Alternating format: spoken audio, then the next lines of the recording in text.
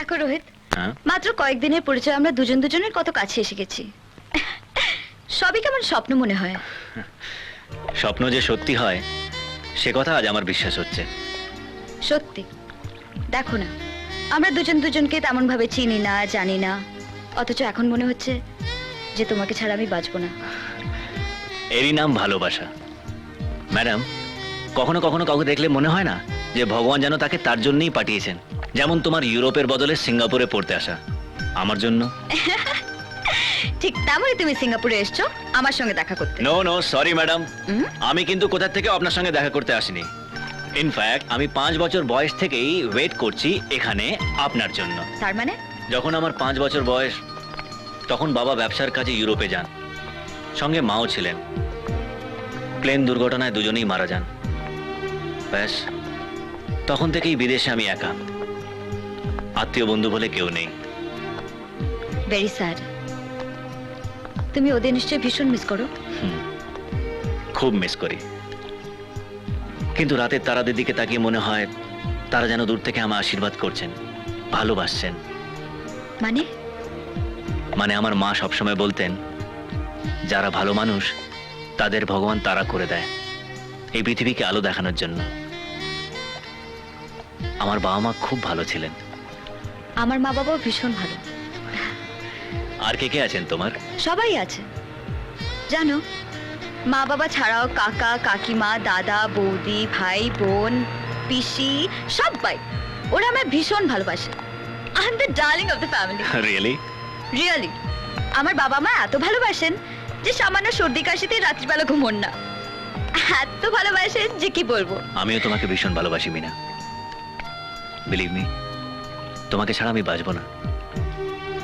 কিন্তু আমার পড়া শেষ হলেই তো আমাকে চলে যেতে হবে। তাহলে তুমি আজই তোমার বাড়িতে ফোন করে বলে দাও যে তুমি একটা ছেলেকে ভালোবাসো, তাকে বিয়ে করতে চাও। আমার মনে হয় যিনি তোমাকে এত ভালোবাসেন তিনি নিশ্চয়ই আপত্তি করবেন না। ঠিক আছে, আজই বলবো। Hi, mail for you from India. Thanks.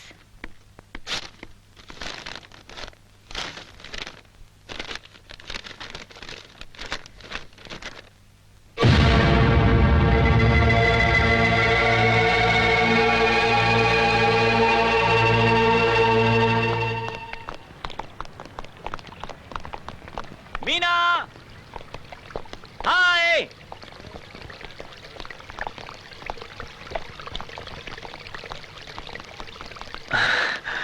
High, কি ব্যাপার এত জরুরি তলব?